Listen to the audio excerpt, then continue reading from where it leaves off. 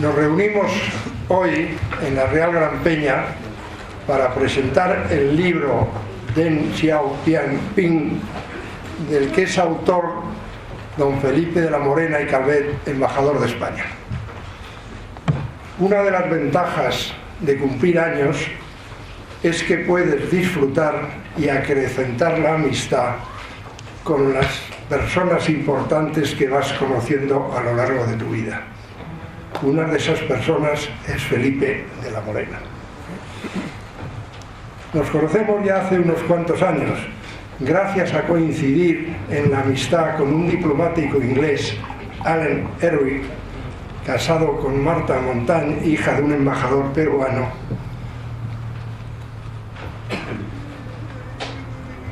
Erwin desgraciadamente acaba de fallecer hace unas semanas en Londres, en su casa, rodeado de los suyos, y aparte de ser una excelente persona que hemos conocido muchísimos años, 50 años, no sé de cuándo le conocemos a Alan, era un hombre interesantísimo, porque ha sido un diplomático ilustre en su país. Ha tenido puestos tan importantes para el gobierno del Reino Unido, como ha sido embajador en Jordania, puesto clave para ellos. Egipto, fue embajador, no sé si se llama embajador o en Canadá, o representante de Su Majestad, y finalizó su carrera como Sergeant of Arms, que es el representante de la reina en el Parlamento inglés. El embajador de la Morena me ha acompañado, yo creo que llevamos 12 años en esta casa juntos, en la Junta Directiva de la Real Gran Peña, donde ha desarrollado una destacada labor en la Junta Directiva, luciendo una educación exquisita, su gran afabilidad y su firmeza de carácter. Ahora acabamos de empezar los dos juntos otro mandato. Ha habido elecciones antes de ayer, hemos salido otra vez nominados para los puestos que desempeñamos en la Junta. Felipe de la Morena estudia en la Universidad Complutense de Madrid, en donde es distinguido con el premio Montalbán, que premia al mejor expediente académico. Pasa luego por Oxford y Grenoble, antes de ingresar en la Escuela Diplomática de Madrid en 1957. Y fue destinado al Líbano, su primer puesto es en el Líbano. Ha tenido, lo conocéis todos, puestos importantísimos a lo largo de su carrera, empezando el embajador en China, que es el motivo que nos reúne para hablar en el libro donde recoge su labor en ese país. Ha sido también embajador en Siria, en Túnez y en el Reino Unido. Señores, no os quiero entretener más, les cedo la palabra a las personas que van a presentarnos el libro, y tiene la palabra don Marcelino Oreja Elósegui, marqués de Oreja. Muchas gracias. Muchas gracias.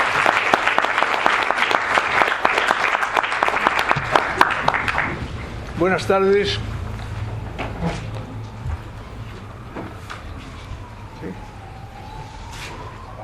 Señores y señores, embajadores y embajadoras, amigos todos. Yo quiero, en primer lugar, agradecer al embajador Felipe de la Morena su invitación para participar en este entrañable acto de presentación de su libro, cuya lectura me ha proporcionado ratos gratísimos y valiosas enseñanzas. Felipe de la Morena figura entre los más prestigiosos embajadores de España. Le conozco hace más de 50 años. Se trata no solo de un gran profesional de la diplomacia, sino también de una persona con gran sensibilidad política, con clara visión sobre cuestiones internacionales y con especial capacidad tan necesaria en un diplomático y yo diría en general en una persona para la concordia y el compromiso, que desde luego son condiciones indispensables de un buen negociador. Como describe con gran acierto otro embajador de excepción, autor del mejor libro sobre el arte de la negociación, Raimundo Bassols, la negociación, además de un oficio, es un arte y un instrumento para resolver problemas de interés común. Negociar significa muchas veces soportar con paciencia largas sesiones y verse obligado a tomar decisiones rápidas, superar situaciones y circunstancias encrespadas y actuar con grandeza, sobre todo cuando se trata de representar al Estado. No voy a hablar aquí ni recorrer, que además ya se ha hecho el currículum de Felipe de la Morena. Solo diré que entre sus responsabilidades se ha ocupado de áreas diversas de la Administración Exterior del Estado. Ha sido director general, embajador en países de Europa, Asia y África, presidente de la Fundación Hispano-Británica y realmente ha sido una estrella brillante del embajador que se prolonga con sus dos hijos también diplomáticos, con una hija casada con un diplomático griego y otra hija médico ilustre de gran prestigio. Pero sobre todo yo quiero fijarme en una persona a quien tengo cariño desde hace mucho tiempo, me refiero naturalmente a Maichi, que le ha ayudado en todo instante, que ha contribuido mucho a la brillantez de la diplomacia y de las embajadas de Felipe de la Morena. El tema que desarrolla en el libro, que me ha interesado enormemente, es un libro espléndido y yo les recomiendo mucho que se hagan con él y que lo lean. Yo desde muy joven siento cierta fascinación por Oriente, especialmente por Japón y China, y les voy a decir por qué. Cuando yo era estudiante en Valladolid, en el Colegio de San José, venían a veces unos misioneros jesuitas que nos narraban sus experiencias en aquellos países. Yo había tenido entonces 12, 13, 14 años y a mí me impresionó las cosas que contaban. Y más tarde pues tuve ocasión de visitarlo y realmente siempre he tenido el recuerdo de lo que significaba aquellas lecciones y aquellas enseñanzas que nos daban. Años más tarde leí algunos libros y recuerdo especialmente uno de Gutiérrez Zalagón, El poder amarillo, La historia de la diplomacia española, de Miguel Ángel Ochoa, y un libro que a mí me impresionó mucho en aquella época y que quiero recuperar ahora, aunque yo creo que ya teniendo este no lo voy a necesitar, que es Quand la Chine se veillera, de Alain Peyrefitte. Y me han interesado también unos libros de Kissinger, sobre todo el titulado On China, en el que describe la preparación de la visita de Nixon, las peripecias que entonces tuvo, en una de las etapas más importantes de la política exterior de su presidente. En los años del gabinete del ministro Castilla, lo cuento porque es algo probablemente original y es posible que sea lo único que ninguno de ustedes comparta, que es el haber estado en la China nacionalista con Chiang Kai-shek. Eso muestra lo viejo que soy. Chiang Kai-shek era mucho más viejo de lo que yo soy hoy. Y asistimos a una cena en su palacio en la que estaba su mujer, una persona inteligente que nos obsequió muy amablemente. Pero a mí lo que me impresionó fue la conversación que tuvieron, a la que asistí acompañando a Castilla con Chiang Kai-shek. Luego, en 1973, y esto me ha interesado verlo, que viene bien recogido en el libro, yo estaba ya fuera del ministerio, se establecieron relaciones con la China, con la China constitucional, continental, y se rompieron relaciones naturalmente con la China nacionalista.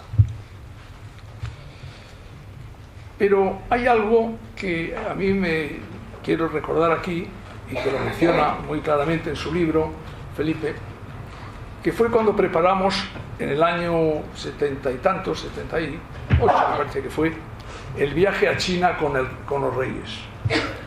Yo recuerdo que despachando con el rey un día me dijo que el rey Balduino le había dicho que debía de ir a hacer un viaje a China, que él había sido el único rey que había visitado China, pero que el siguiente le sugería que fuera el rey Juan Carlos.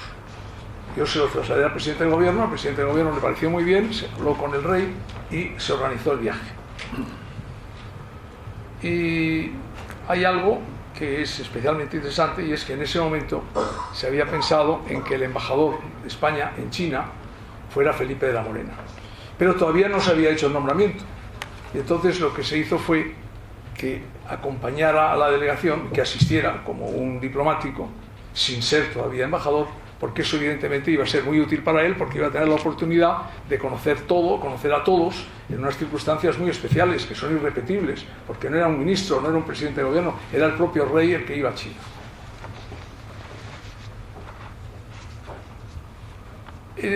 Habla también en el libro de algo que me ha entretenido mucho y que yo viví en aquel viaje, y es que había que hacer en el viaje a China una escala y se eligió Teherán. Podía ser otro sitio, pero se eligió Teherán.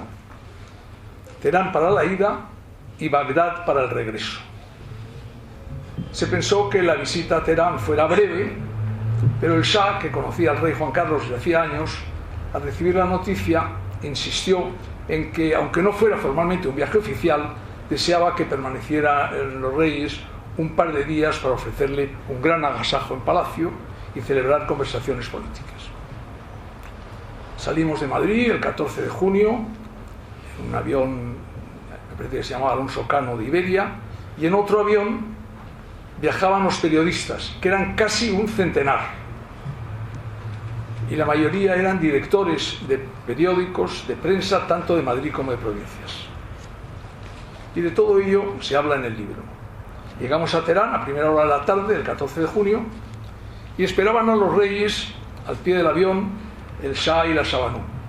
Después de los saludos de rigor de los himnos nacionales, el rey y el Shah subieron a una carroza, y la reina, el rey y el emperador y la reina y la Sabanú fueron a otra, y los demás seguimos en automóviles. Y recuerdo que cuando íbamos camino de la ciudad, a mi mujer y a mí nos llamó la atención la falta de calor popular. Y no lo digo por todo lo que sucedió después, pero cuento lo que realmente en aquel momento hablamos y dijimos, qué raro, porque creíamos que iba a haber una gran exaltación, ¿no? Y no lo hubo. Pero no era naturalmente por la acogida a los reyes, sino a los propios emperadores, y ya digo, lo comentamos, desconociendo naturalmente lo que iba a producirse pocos meses después, en que expulsarían al Shah de Irán, se viviría la revolución y el fusilamiento de los principales miembros del gobierno, comenzando por una persona con quien tuvimos allí mucho trato, que era un ministro de la corte imperial, íntimo colaborador del Shah, que era Abbas Jobeida.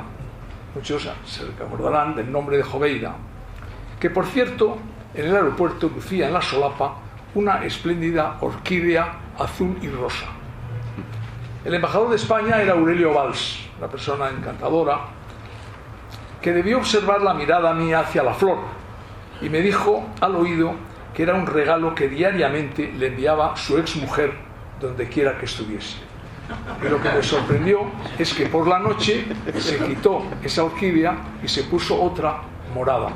Y me dijo el embajador, sí, esto le manda cuando sabe que además hay una cena. En fin, no puedo detenerme aquí en contarte con detalle lo que fue aquella escala, que narra por otra parte con gran agudeza nuestro autor.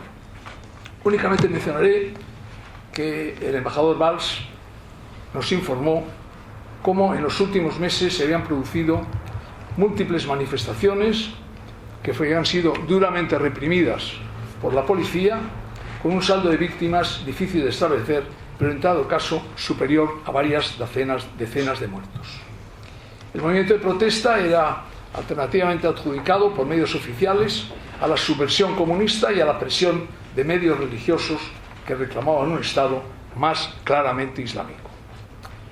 El poder del Shah comenzó a debilitarse a pesar de que se apoyaba en un poderoso ejército y contaba con el consenso de prácticamente todas las grandes potencias occidentales. Al llegar a Pekín, el 16 de junio, hay algo que eso no viene en el libro, pero que lo quiero contar, y es que yo escuché a varios periodistas que me contaron enseguida un suceso durante el vuelo que les transportaba de Teherán a Pekín y que aparece recogido en algunos libros, concretamente de Benítez, en su libro Montaña Roja. según la versión, que yo no hago más que trasladar, llevaban 2 horas y 55 minutos de vuelo. Habían dejado atrás Afganistán y Pakistán, y en ese momento, cuando apenas hacía 10 minutos que estaban sobre territorio chino, apareció un punto focal intensísimo en el horizonte con una especie de haz humano, un haz blanco, y así lo atestiguan también el comandante del avión, que eso es lo que más me impresionó, porque yo quise preguntarle al capitán del avión si era una fantasía de unos cuantos periodistas, y me dijo, no, hemos visto algo extraño que no habíamos visto nunca. A las 12 y 14 segundos el haz de luz desapareció. Era un ovni. Así lo creyeron algunos. Yo solo me limito a referir lo que escuché. Llegamos al aeropuerto de Pekín a las 11 de la mañana, el viernes 16 de junio. Estaban al pie del avión el presidente de la República Popular China, Guokofeng, el viceprimer ministro Deng Xiaoping, protagonista del libro, que era el hombre fuerte del régimen y la personalidad más relevante. Realmente el papel de Guokofeng era un papel puramente formal, pero el que mandaba era Deng Xiaoping. Una ofrenda floral en el mausoleo de Mao Zedong, y fuimos a una sesión de trabajo. Era una mesa larga donde estaban ambas delegaciones.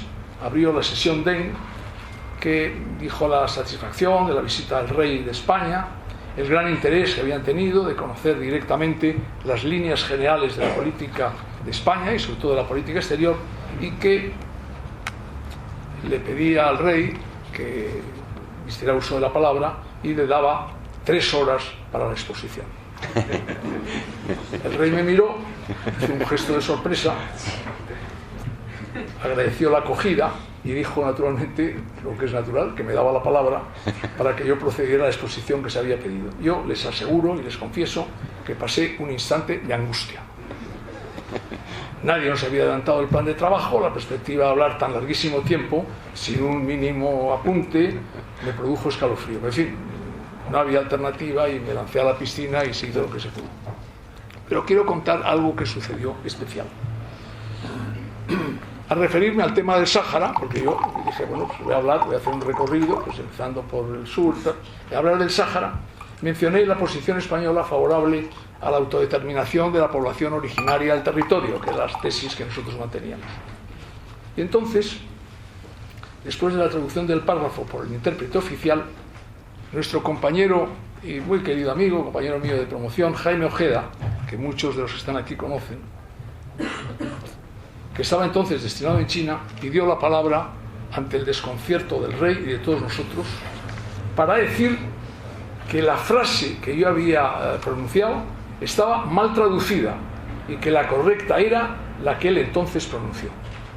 Quedamos absortos, el rey primero y todos los demás, de la capacidad que tenía Jaime Ojeda para corregir al traductor y fijar exactamente lo que era el tema que planteábamos. Bueno, la verdad es que luego pues sentimos cierto alivio y orgullo de la precisión de nuestro compañero. A continuación pasamos por la residencia y salimos por la noche hacia el Gran Palacio del Pueblo. Al día siguiente se celebraron unas conversaciones políticas con Deng Xiaoping, en las que desarrollaron, y tengo tomadas las notas, sus ideas sobre las fuerzas hegemónicas propensas a la intervención, y se preguntó Deng Xiaoping cómo la Unión Europea podía contribuir a la lucha contra la política de agresión y de guerra de las superpotencias. Y señaló que celebraba que España hubiera iniciado el proceso de integración. Acabamos de hacer la petición de apertura de negociaciones con las comunidades, que tardarían mucho tiempo, hasta el año 85, pero de todas formas era algo que estaba en ese momento en el ambiente y nos preguntó con mucho interés. Probablemente lo más interesante de la reunión fue la crítica de Deng Xiaoping al régimen social de la Unión Soviética, que a su juicio había pasado de ser realmente el primer país socialista a un país, dijo, social imperialista. Ellos han heredado, dijo, la política de los viejos zares, incluso ampliada. Y a continuación criticó, naturalmente, para equilibrarlo, a Estados Unidos, que calificó de la única potencia hegemónica y que se había encontrado con la resistencia de diversos pueblos que no habían conseguido lograr la independencia. Terminada la visita a Pekín, salimos hacia Hangzhou, donde visitamos la ciudad, y de allí, de vuelta hicimos la escala en Irak. No entro en esto porque no lo menciona en el libro más que de pasada, pero fue un viaje muy interesante porque allí había un señor que era vicepresidente del Consejo que jugaría un papel bastante importante y que se llamaba Saddam Hussein. Con esa escala concluía este viaje de 10 días, 7 vuelos, 25.000 kilómetros, 31 horas en el aire, uno de los más largos que hice con los Reyes. Pienso que fue un viaje de alcance político muy positivo y, por supuesto, de gran utilidad. ¿Para quién? Sobre todo para Felipe de la Morena, que en pocos días se incorporó como embajador en Pekín y que tuvo ocasión en esos pocos días de conocer todo lo que estaba pasando. En su libro debo destacar la manera como enlaza, que es admirable, la claridad, la precisión, la brevedad y cómo consigue hacer. En un libro que no es muy grueso, pero que tiene mucha sustancia, un recorrido tan lleno de interés, y tan lleno de interés no solo, como suele ocurrir a menudo, para los especialistas en temas chinos o sencillamente internacionales, sino para cualquier lector que quiera comprender algo de lo que ha sucedido y lo que está sucediendo en China. Su lectura explica lo que ha sido el recorrido de la política de ese gran país, desde Mao Zedong hasta nuestros días, con especial consideración a la época de la Revolución Cultural, el acercamiento a Estados Unidos, de Estados Unidos a China, el viaje de Nixon a Pekín. En el viaje con los Reyes, yo tuve ocasión en varios momentos, por la organización de la mesa, que presidía naturalmente Deng Xiaoping con el rey, yo estaba sentado a su lado, lo cual tenía un inconveniente, y es que yo tenía que comer todo lo que tenía en el plato y no era a veces demasiado apetecible, pero naturalmente en esos casos el oficio obliga a tomar una oloturia, unas cosas rarísimas que nos dieran, pero en fin, las tomamos. Y yo lamento realmente ahora el no haber sabido entonces todo lo que sé ahora gracias al libro de Felipe, porque hubiera estado mucho más brillante en mis conversaciones con Deng Xiaoping. Él nos explicó cómo había emprendido la reforma de la economía, el proceso de apertura a la sociedad, y fue fiel a lo que denominó socialismo con características chinas, y fue él quien de alguna forma liberó las energías del pueblo chino. En menos de una generación, China avanzó hasta convertirse en la segunda economía más grande del mundo. Y para acelerar esa extraordinaria transformación, aunque no necesariamente con convicción, China ingresó en las instituciones internacionales y aceptó las reglas establecidas de orden mundial. Como pone de relieve Felipe, la participación de China, y es muy interesante las observaciones que él hace, que son muy agudas y llenas de sentido, entraña una ambivalencia nacida de la misma historia que le llevó a formar parte del sistema internacional de estados. China, naturalmente, no ha olvidado que fue inicialmente forzada a aceptar el orden internacional existente de una manera contraria a la imagen histórica que tenía de sí misma. Pero frente a la insistencia en que asumiera las reglas del juego y las responsabilidades del ambiente internacional, la reacción visceral de muchos chinos, incluidos los más ancianos, está profundamente influida por las ideas de que ellos no habían participado en la formación de las reglas que se habían instituido en el sistema internacional. Es decir, se les pidió, y por razones de prudencia aceptaron, que aunque ellos no habían participado en las reglas, sin embargo, que las asumieran. A lo largo de estos últimos años, el país, como nos explica muy bien Felipe, se ha vuelto mucho más activo en la escena mundial. A raíz de la emergencia de China, todos los foros internacionales buscan hoy su opinión y su apoyo, y ha recuperado el prestigio de los siglos en que ejerció mayor influencia. La cuestión ahora es cómo actuará en el futuro, en el nuevo orden mundial. ¿Cómo serán las relaciones con Estados Unidos? Del libro de Felipe de la Morena se desprende también cómo en China, que actualmente está gobernada por la quinta generación de dirigentes postrevolucionarios, cada líder sintetiza la visión específica de su generación respecto a las necesidades de su país. Mao Zedong estaba decidido a arrancar de cuajo las instituciones establecidas, que era una tarea muy difícil en un entorno como aquel. incluso aquellas que él mismo había creado en la etapa inicial de su victoria para impedir que se estancaran como consecuencia del creciente burocratismo chino. Deng Xiaoping entendía que China no podía mantener su papel histórico a menos que se comprometiera a nivel internacional. Su estilo era discreto y certero. Certero también su código, que era no alardear para no inquietar a los países extranjeros. A partir de 1989, Jiang Zemin, nombrado presidente durante la crisis de la plaza de Tiananmen, desarrolló una gran actividad diplomática y en el plano nacional amplió la base del Partido Comunista. Le sucedió Hu Jintao, que mitigó hábilmente las preocupaciones que existían por el creciente poder de China y plantó las bases de un nuevo tipo de relaciones. Y su sucesor, el actual presidente, Xi Jinping, no sé si se pronuncia así, pero en fin, no tengo ninguna especialidad en China, ejerce un liderazgo que realmente marca un programa de reformas, un programa de reformas amplias que de alguna manera recuerda lo que se hizo en su momento por el propio Deng.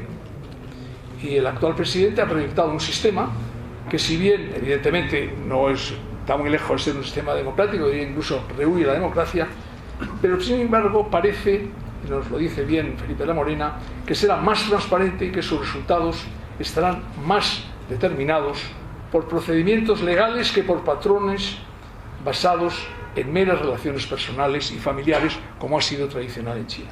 Y los expertos consideran que será capaz de llevar a cabo una etapa de cambio constante que naturalmente no está exenta, nos dice, de incertidumbres. El liderazgo chino, como se desprende del libro de Felipe La Morena, refleja la evolución del país hacia una mayor participación, y esto es muy importante, en los asuntos globales. Buena prueba de ello es la intervención hace 2 días de Xi Jinping en el foro Davos. Es decir, antes realmente las presencias eran de otras, pero no era la de la personalidad más destacada. Y contestando al presidente electo de Estados Unidos, Donald Trump, que llevaba días construyendo un discurso rupturista con Pekín, amenazando con la imposición de aranceles a las importaciones chinas, Jinping ha advertido que nadie sale vencedor de una guerra comercial y China se presenta como líder mundial de la globalización y el libre comercio. Pienso que si la agresividad de las declaraciones de algunos de los colaboradores de Trump contra China se acentúa y se crea un clima de desconfianza, podría llevar a las entidades chinas a deshacer parte de sus reservas materializadas en bonos del Tesoro y desplazar dichas cuantías a mercados más amigables como los europeos. Conviene recordar que China es titular del 13% del total de los bonos del Tesoro americano. Xi Jinping ha puesto también de manifiesto que la crisis financiera es resultado de la falta de una regulación adecuada y la búsqueda de beneficios a toda costa. Y ha concluido diciendo que los chinos suelen decir que los dátiles solo crecen en arbustos espinosos. Sin duda, estamos viviendo, y para eso este libro es muy útil y muy importante, una ruptura de China con su pasado. Y transitamos de la época en que sus naturales se sentían orgullosamente provincianos respecto del mundo exterior. Hoy, los líderes de China, aunque están influidos lógicamente por el conocimiento de su historia, no se sienten necesariamente prisioneros de ella. Como señala agudamente en un libro que tiene mucho interés, que es el último libro de Kissinger, que es El Nuevo Orden Mundial, que se publicó hace 8 o 10 meses, y cuya lectura recomiendo al mismo tiempo que la de nuestro autor.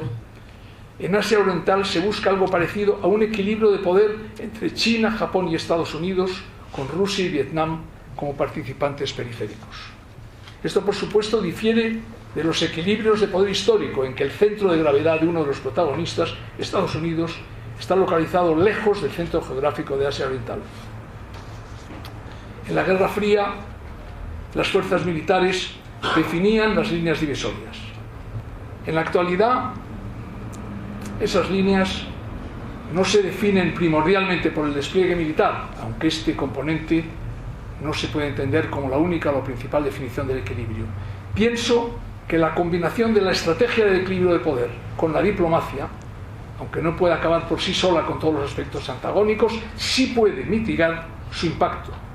Sobre todo, puede proporcionar una colaboración positiva a los líderes chinos y también a los de los demás países, y transmitir a sus sociedades una forma de proceder diferente en la perspectiva de un futuro más pacífico. La diplomacia, permítame que lo diga con cierto orgullo como viejo profesional, tiene un papel importante que jugar. Por último, en el libro de Felipe de la Morena se pone de relieve que el orden siempre requiere un sutil ejercicio de moderación, de fuerza y de legitimidad.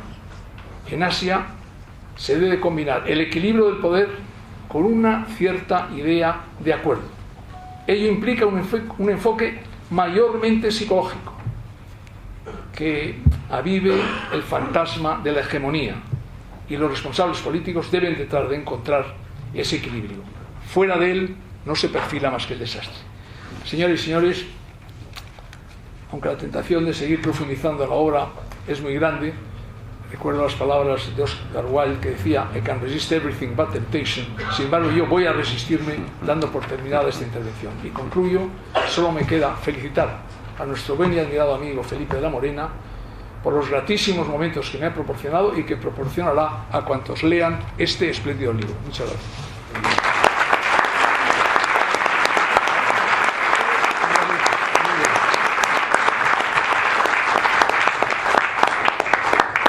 Muchas gracias. Y tiene la palabra don Miguel Ayuso Torres, vicepresidente de la Real Gran Peña.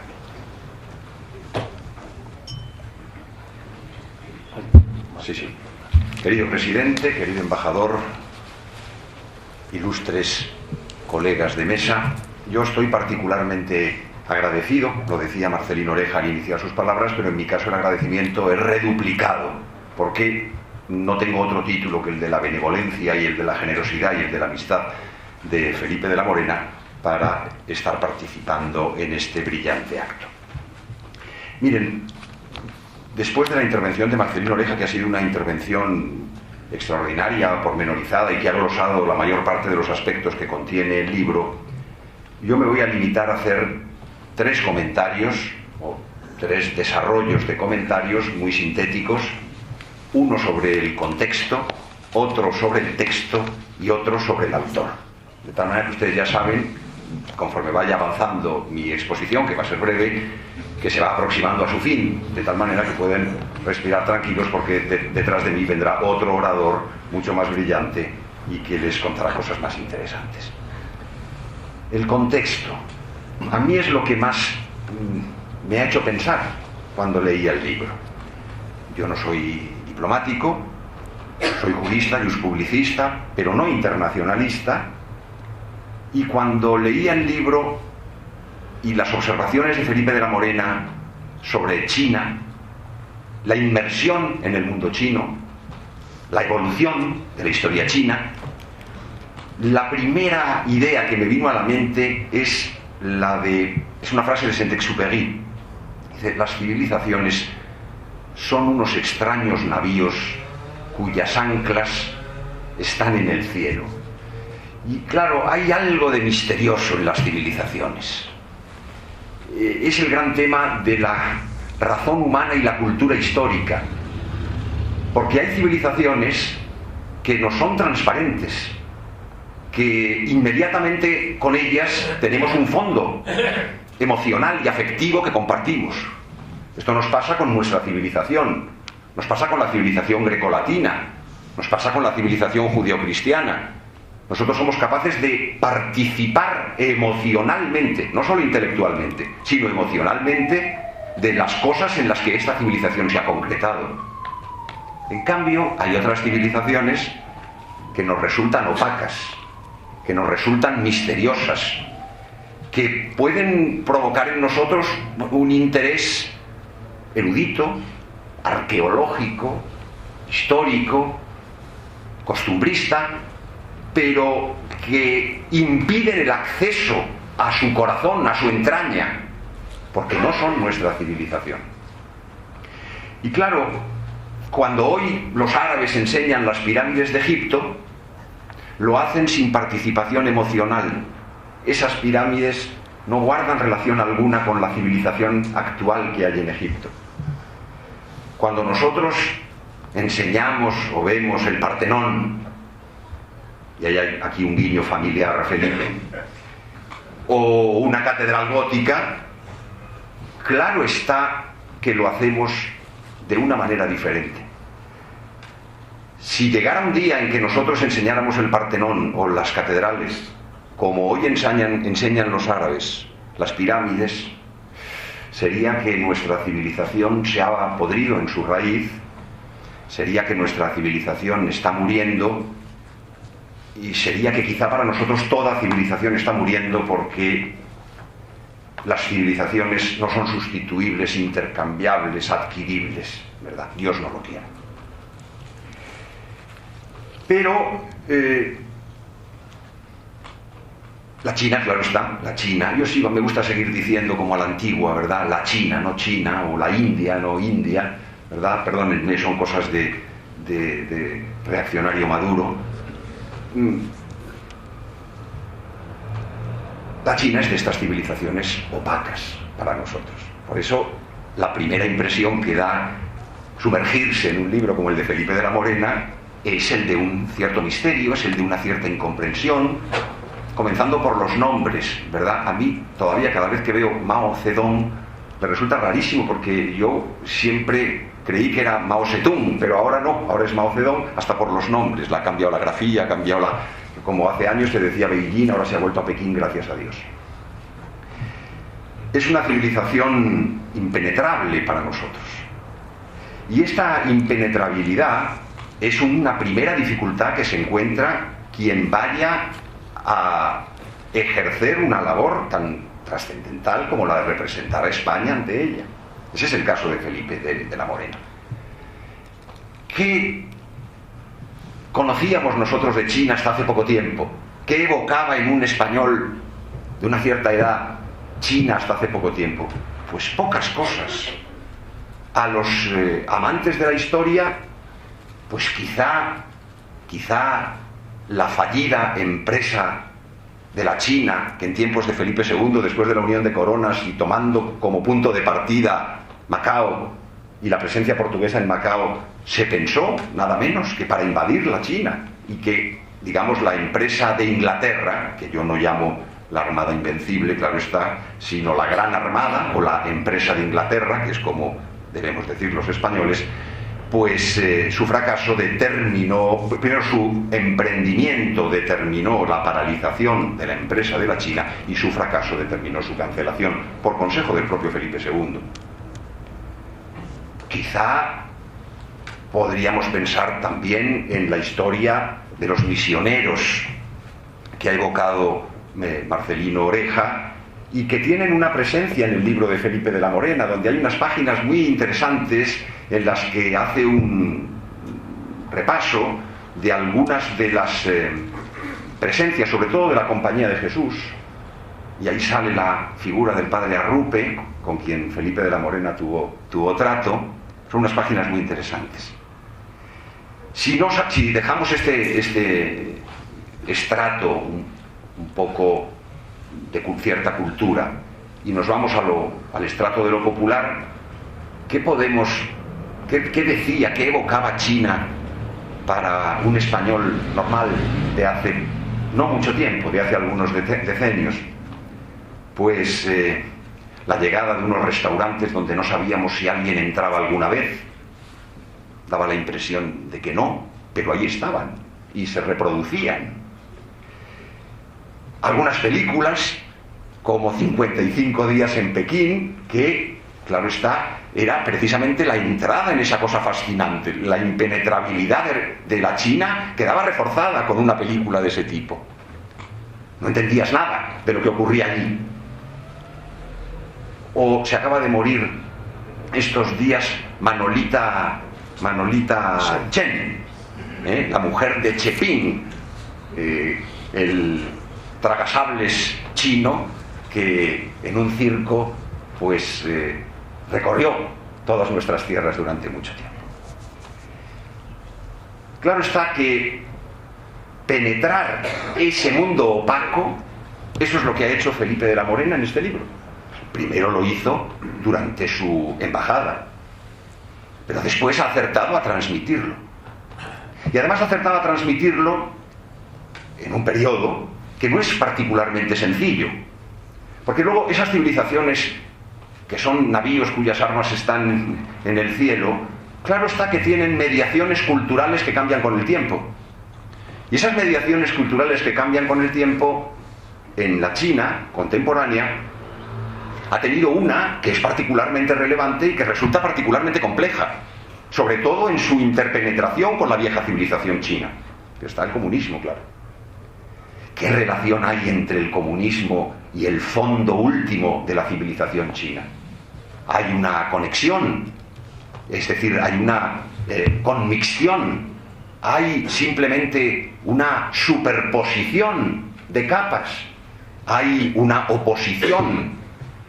Ese es un tema que Felipe de la Morena no tematiza, como dicen los italianos, pero sí que existen múltiples calas a lo largo del libro que lo reflejan, y que desde mi punto de vista es una de las partes más interesantes del libro.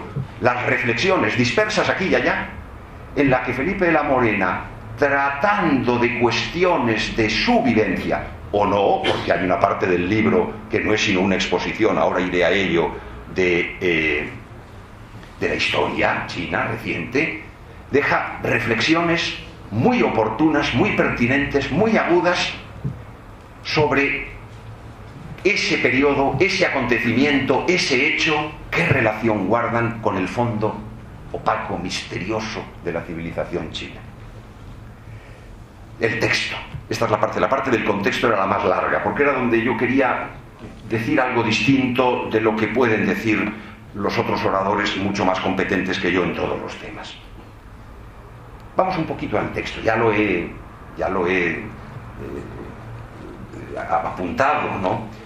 Pero quiero seguir con algunas cosas que tienen que ver con el texto, que tienen que ver precisamente con esa encarnación de las mediaciones culturales de la historia contemporánea respecto del fondo último de la civilización, porque las civilizaciones son mortales. El viejo verso de Paul Valéry, sabemos que las civilizaciones son mortales. Sí, las civilizaciones son mortales. Mucho más mortales son las mediaciones culturales en las que las civilizaciones encarnan.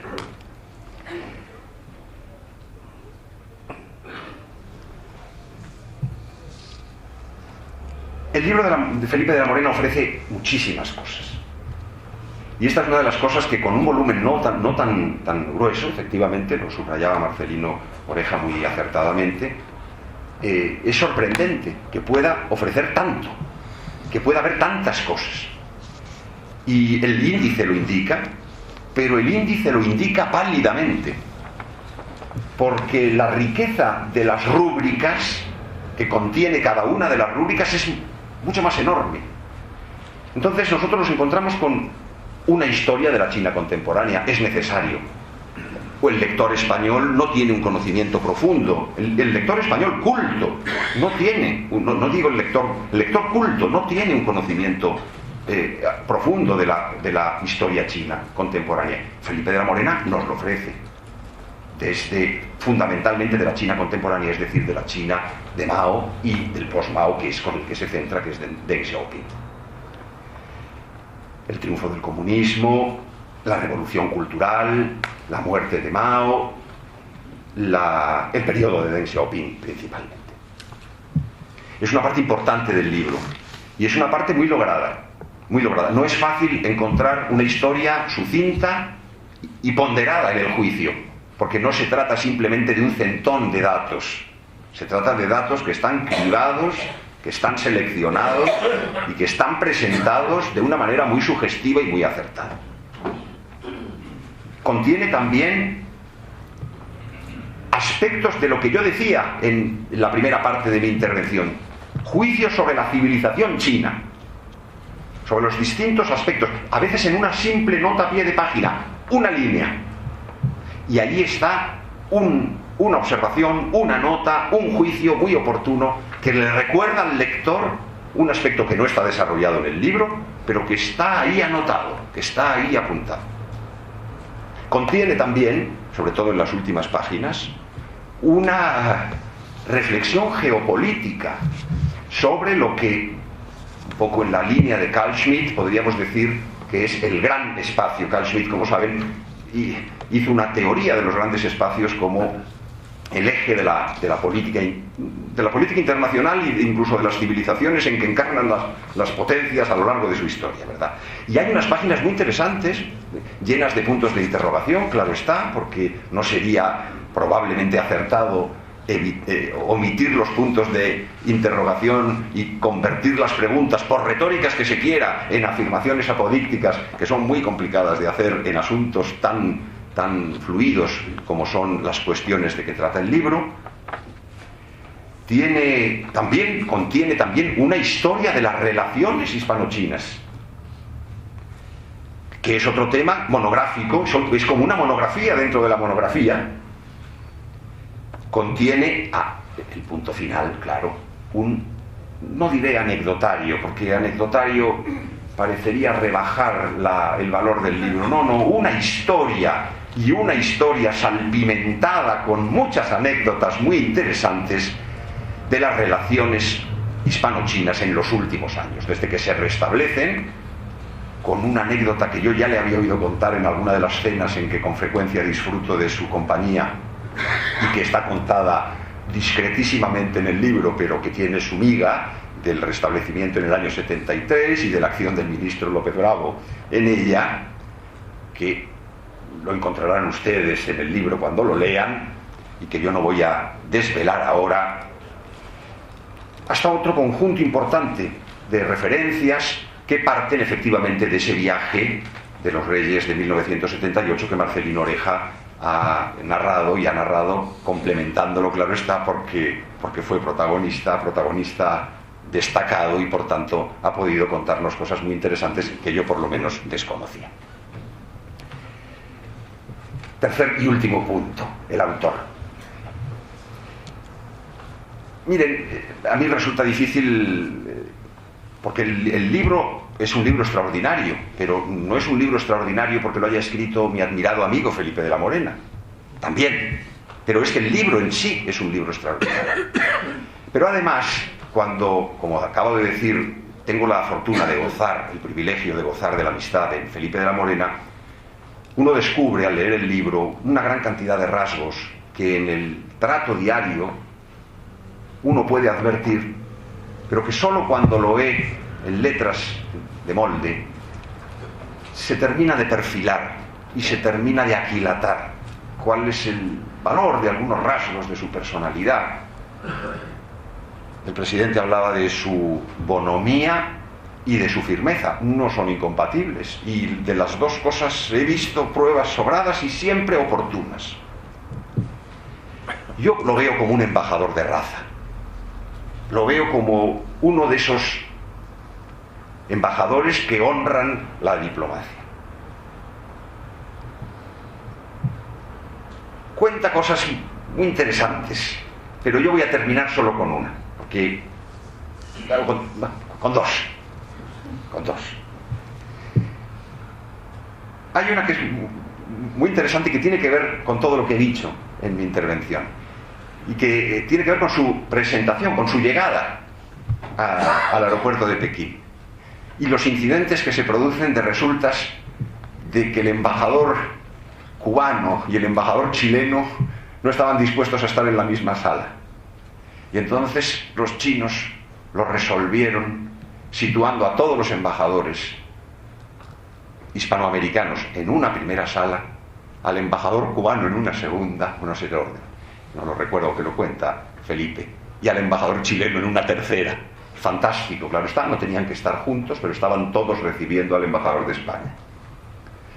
Bueno, yo creo que esa es una anécdota muy simpática, que refleja mucho la capacidad proverbial y la habilidad proverbial de los chinos en cuestiones protocolarias, pero que también el gracejo con el que lo cuenta Felipe refleja mucho también de su personalidad. Como refleja mucho de su personalidad la última anécdota que está al principio, está en el prólogo, en la manera de prólogo, y que es formidable. Como Marcelino Oreja no lo ha dicho, yo temía que me lo fuera a decir y me lo fuera a pisar, porque es ideal para mencionar en esta presentación. Aprovecho mi turno para decirlo. Cuenta Felipe de la Morena que en su época de embajador llegaban a China muchos periodistas, escritores, con la pretensión de escribir un libro sobre el tema. Y que él les preguntaba, un poco malvado, ciertamente, cachazudo, irónico, sin duda, ¿cuánto tiempo se van a quedar ustedes para elaborar, para confeccionar ese libro? Y entonces le respondía, pues un par de semanas. Ah, qué bien, qué bien. Entonces usted va a poder escribir el libro. Si se quedara más, ya no podría. Bueno, Felipe, enhorabuena por este libro magnífico. Muchas gracias.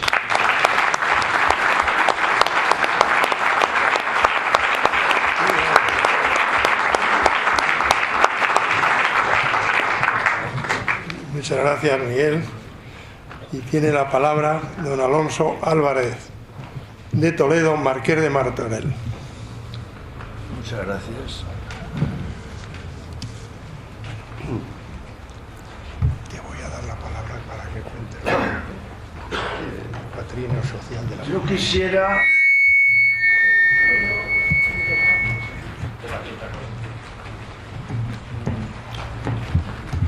Está quitado.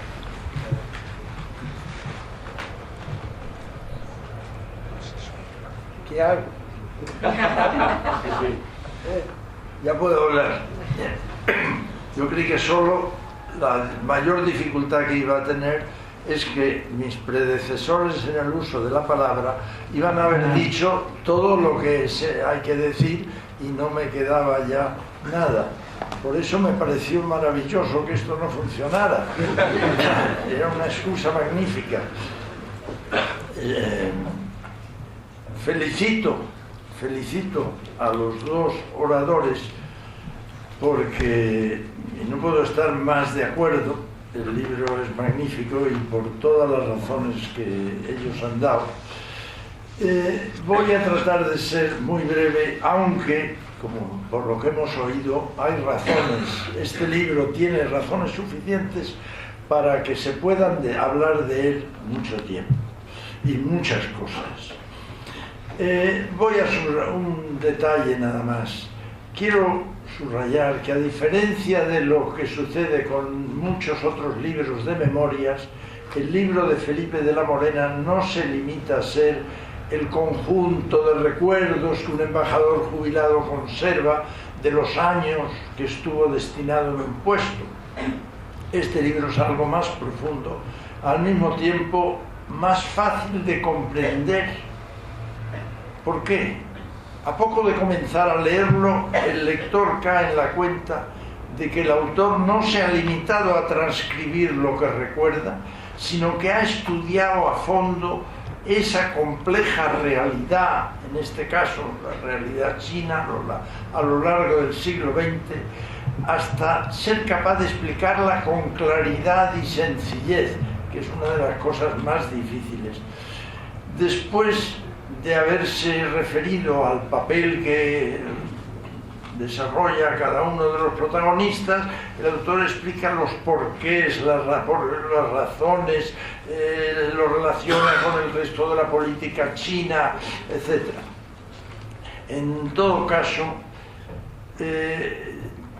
para mí tiene tanto valor la descripción de los sucesos y la elección de aquellos sucesos y aquellos personajes a los que trata en el libro, como la claridad con la que el autor expone lo que hay detrás de cada uno de ellos, por qué sucedió lo que sucedió, cuáles fueron las razones del comportamiento de cada uno, etc.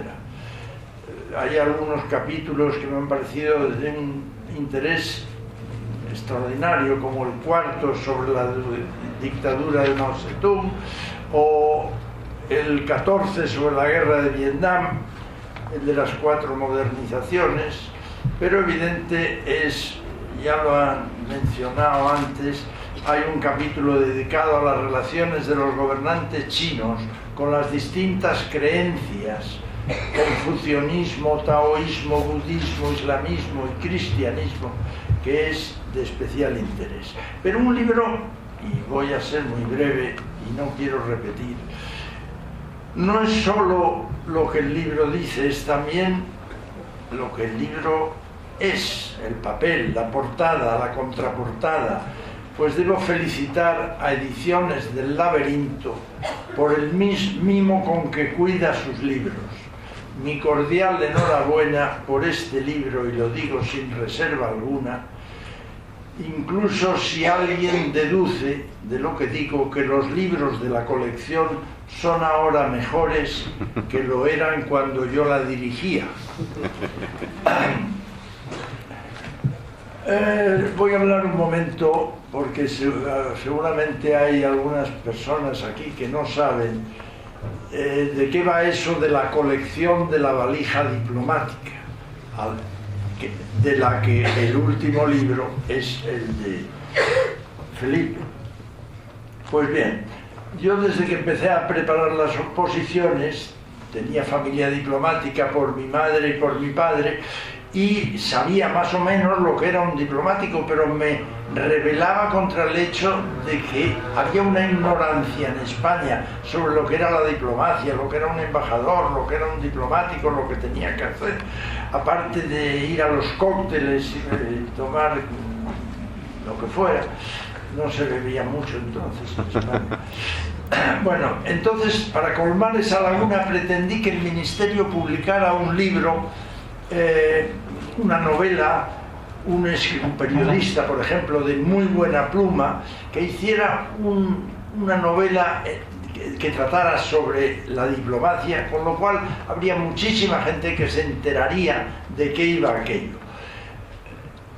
No, aquello no resultó. Entonces escribí yo un libro sobre un tema diplomático. Lo presenté a un montón de editores y ni uno. En vista de eso, un día se me ocurrió proponer una colección de autores diplomáticos. Tampoco, ni uno.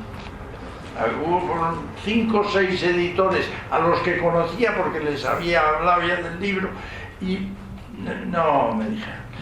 Hasta que un día en Burgos, a donde fui a la presentación de un libro de mi compañero de promoción y amigo Antonio Fournier, me presentó al editor de su libro y le planteé el tema de la colección y me dijo: sí, sin ningún problema, si usted me busca 150 diplomáticos que paguen, que se comprometan a pagar al año una cantidad que suponga la compra de 3 o 4 libros, empezamos la colección enseguida.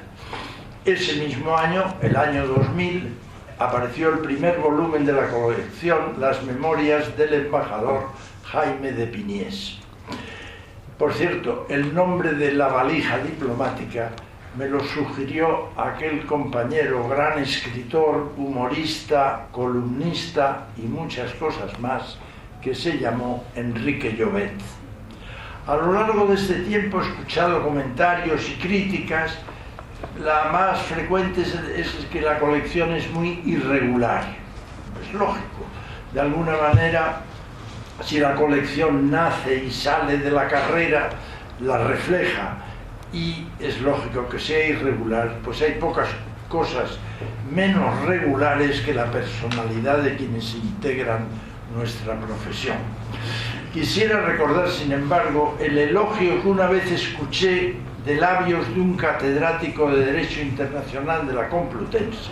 Era alguien que tenía fama de gran experto en cuestiones internacionales. Yo lo conocía muy poco, pero en el curso de una conversación salió un tema de un libro de la valija y yo le pregunté si conocía la colección.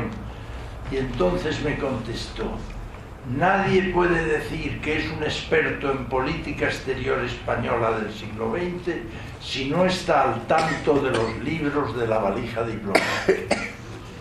Aquello, ustedes comprenderán, me llenó de orgullo y me dio fuerzas para seguir hasta que 15 años después de haber comenzado y con 43 libros a la espalda, decidí dar por terminada mi labor al frente de la colección, pensando que mis sucesores no iban a llegar a mantener el nivel ni a mejorarlo en absoluto. Sin embargo, así ha sido.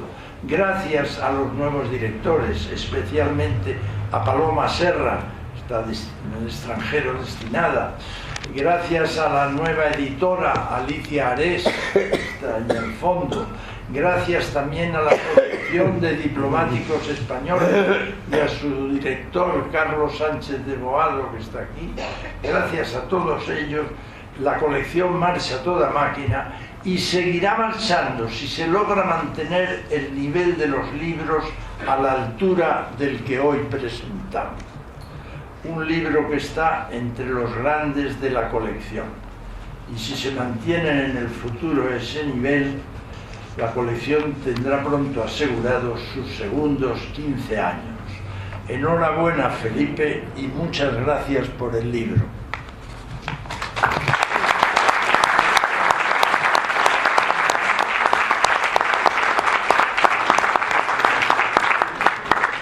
Muchas gracias. Tiene la palabra don Felipe La Morena, embajador de España y autor del libro.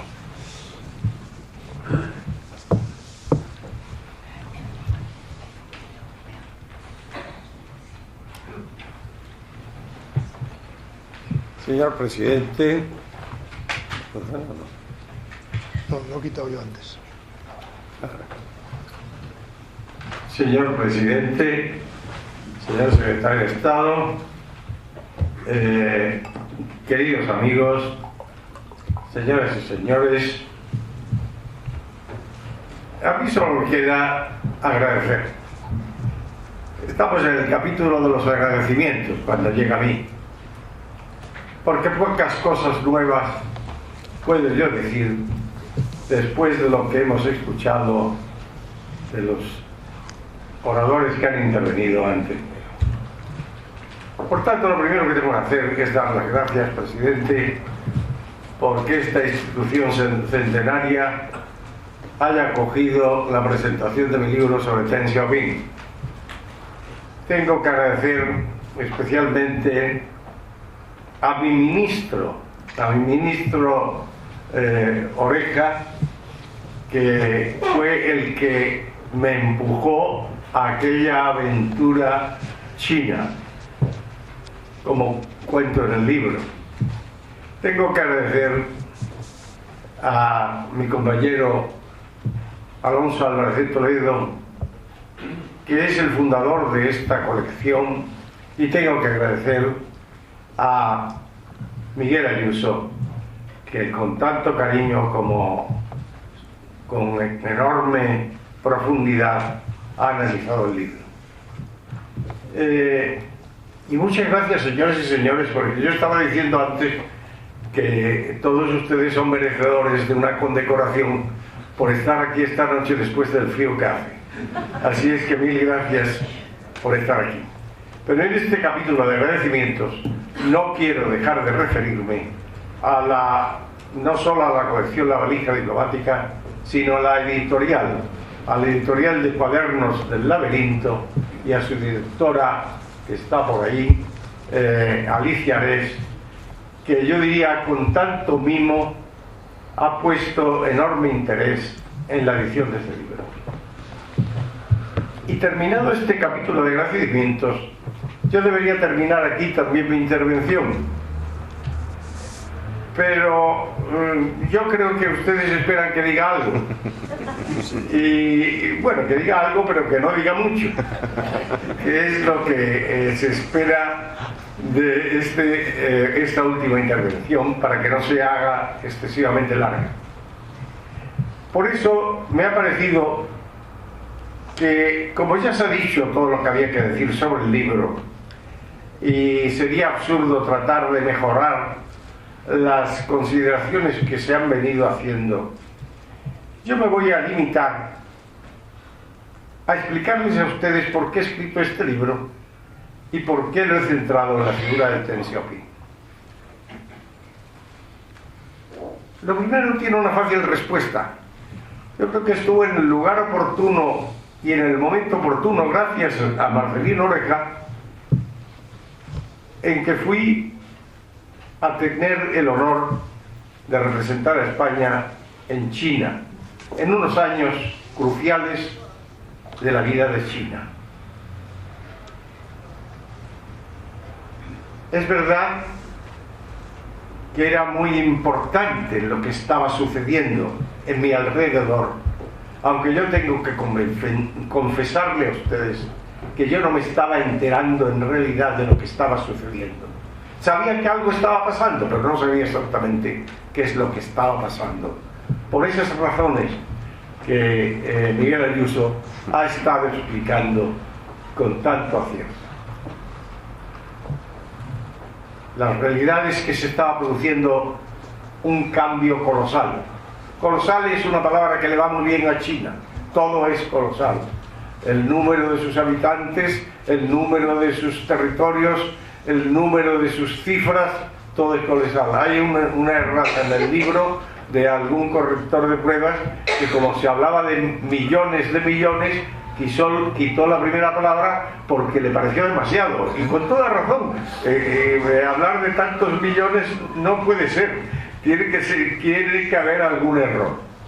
Pues bien, si todo esto que estaba pasando y de lo que yo me estaba enterando a medias se estaba produciendo gracias a un hombre, y con esto contesto a mi segunda interrogante, a un hombre extraordinario que para mí es una de las figuras más interesantes con sus luces y sus sombras, que fue Deng Xiaoping, y que cambió el destino vital de millones de personas.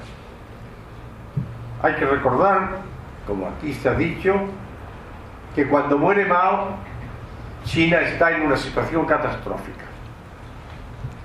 China había pasado por aquella tremenda locura que se llamó la Revolución Cultural, en donde millones de chinos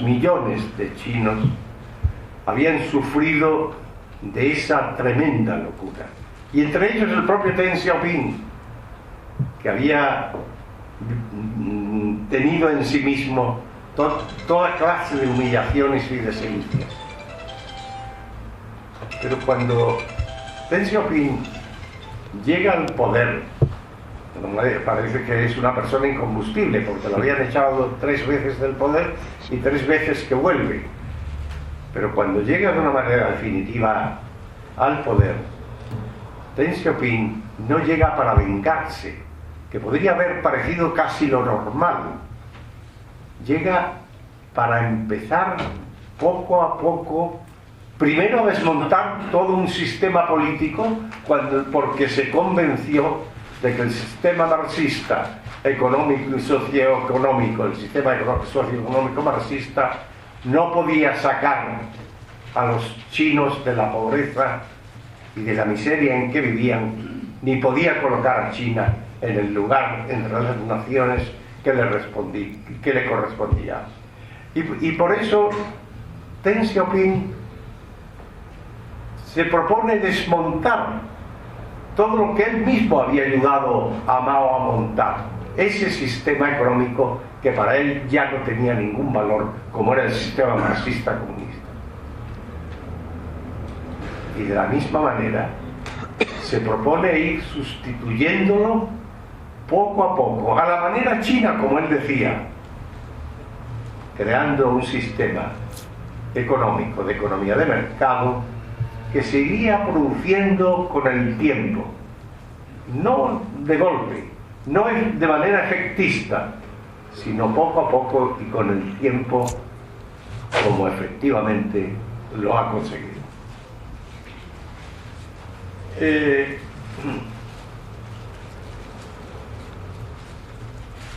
En este análisis de motivaciones que les he dicho que era lo que me iba a limitar en mis reflexiones de esta noche, debo decirles que me he detenido especialmente en algunos capítulos, y me he detenido especialmente también por razones muy específicas. Así, por ejemplo, yo siempre había tenido, y me ha pasado lo mismo que a Miguel Ayuso, China era atractiva, China era extraordinario, era inabarcable, era imposible de comprender, pero eso era muy atractivo desde mi infancia y mi juventud, y por eso para mí consideré que era un golpe de suerte extraordinario el tener la oportunidad de participar en una de las negociaciones más importantes en mi vida profesional, como fue el establecimiento de relaciones diplomáticas en París con la República Popular China. Marcelino Oreja ha aludido a este capítulo, que para mí fue extraordinario y que haría las delicias efectivamente de nuestro compañero Raimundo Bassols, que está aquí y cuyo reciente libro también se ha mencionado sobre la negociación, porque fue una negociación totalmente discreta y secreta, de acuerdo con aquellos cánones de los que él habla en su libro. Pues bien, por eso me pareció que merecía la pena describir con cierta atención lo que había sucedido en aquella negociación. Otro aspecto también, y de ello ha hablado Marcelino Oreja, por lo que no me detendré, sobre el que me detengo, sobre el que hablo, otro tema que recojo bastante en el libro, es de la visita de los Reyes de 1978, de junio de 1978. Esta visita de los Reyes, lo que sí quiero decir, quiero añadir a lo que ha dicho, que nos ha ilustrado Marcelino con nuevos aportes al respecto, lo que sí quiero decir es que los Reyes con su savoir-faire fueron capaces por primera vez de interesar a los líderes chinos, y concretamente a Deng Xiaoping, en ese país extraño en los confines de Europa llamado España, que los chinos no sabían muy bien si estaba encima del estrecho de Gibraltar o debajo, si pertenecía a África o pertenecía a Europa o incluso a Latinoamérica. Esto era una realidad con la que me encontré en muchas ocasiones. Pues bien, aquel viaje fue el comienzo de que para los líderes chinos España era algo con lo que había que contar, porque tenía una corona respetabilísima, representada por los reyes, tenía un desarrollo industrial que no se imaginaban que fuera posible, y tenían un pueblo con una historia que además podía, a través del idioma, abrirles las puertas de la América hispana.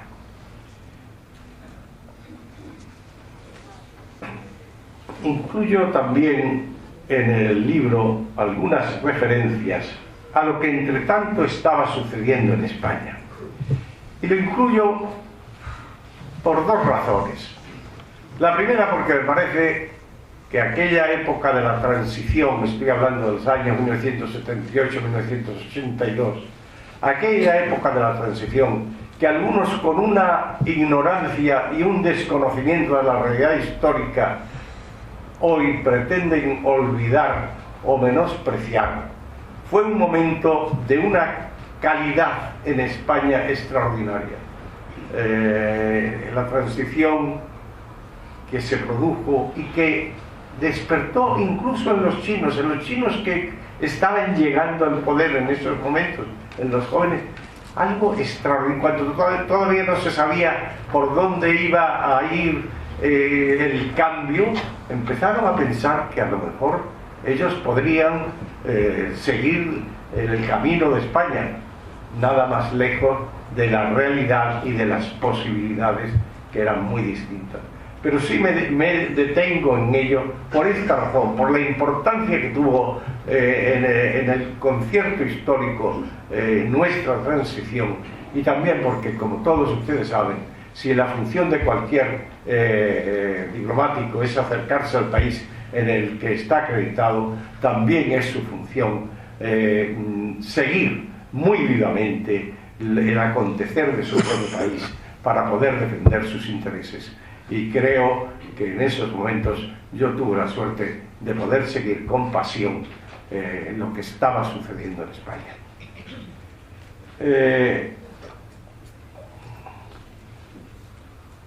Hay otros temas, pero no quiero alargarme porque me había propuesto ya terminar dentro de 1 minuto y a lo mejor tardo 2 o 3.